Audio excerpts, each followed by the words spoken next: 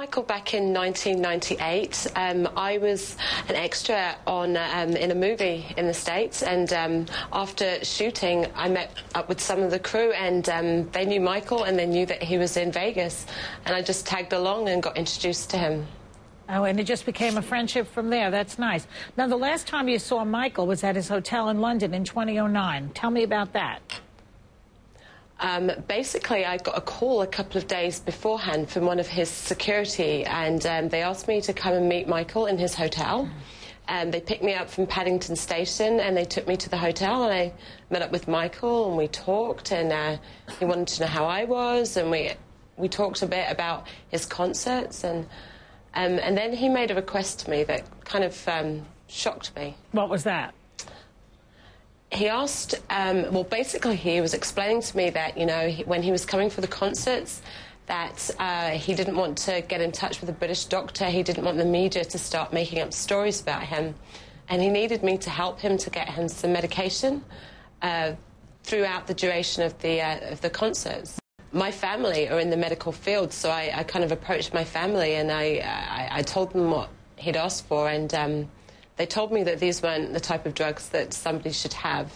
And these are not routine drugs that you just take at home. So that was a no-no. So I refused. Can you tell me what the drugs were? What were they? What kind of drugs? One of them, the one that obviously stands out, was Diprovan. The rest were antidepressants, painkillers.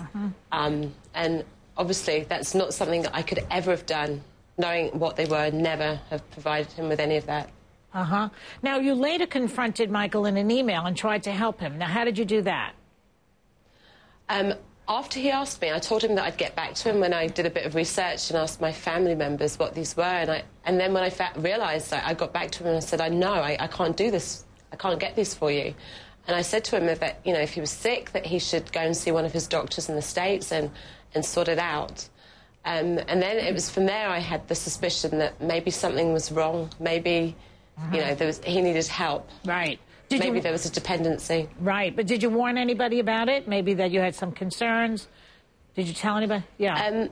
I did, but that was only after I tried to confront him about it. And obviously, you know, we had a bit of an argument, and he didn't appreciate me bringing up that subject with him.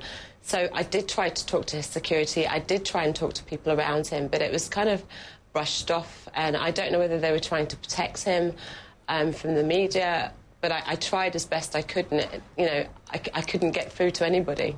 Dr. Murray was the last man standing. Michael died in his hands.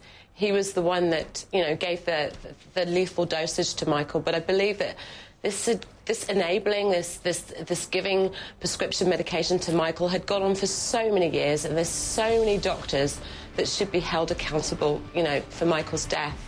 And unfortunately, I just think that Dr. Murray will get the 4 years in prison, and that will be the end of it.